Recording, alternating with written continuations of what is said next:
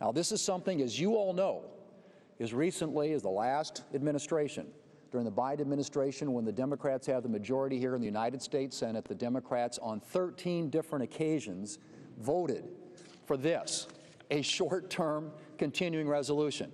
Now, I have to ask, what's changed? What's different about this? What's different is who's in the White House. That's what it's about. It's all about President Trump and the Democrats needing to pick a fight to satisfy their far-left political base, far-left activist organizations who are the tail wagging the dog right now. That's all this is about. And you have a Democrat leader from New York in the Senate, a Democrat leader in the House from New York, and you have a mayoral race in New York, you've got AOC, you've got all these people that are bringing pressure to bear on what should be a routine, simple, straightforward proposition, and that is a short-term continuing resolution to keep the government funded, which is sitting right now. This is sitting at the Senate desk.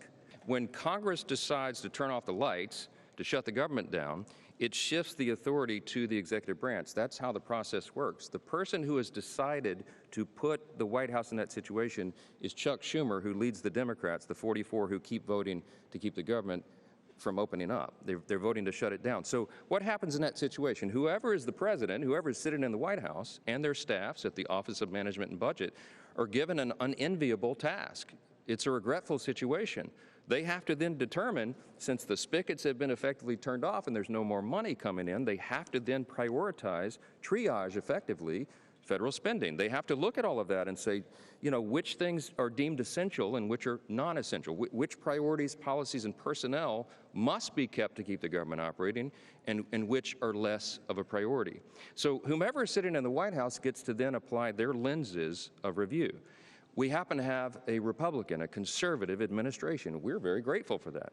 We're limited government conservatives. We think the government's too big. We think the federal government is too big. It does too many things, and it does almost nothing well. And so it serves the taxpayers to send less of their hard-earned money to Washington and keep more in their pockets. That's what we're advancing through the One Big Beautiful Bill and all the legislative priorities that we achieve. But see, sometimes Democrats, not sometimes, all the time, Democrats don't agree with that because they love big government. I mean, listen to them. They want the government to control every aspect of your lives, and they need all of your hard-earned dollars to do that. In fact, they'd like to take them all. That's what the socialists are arguing for. That's what the Marxists believe.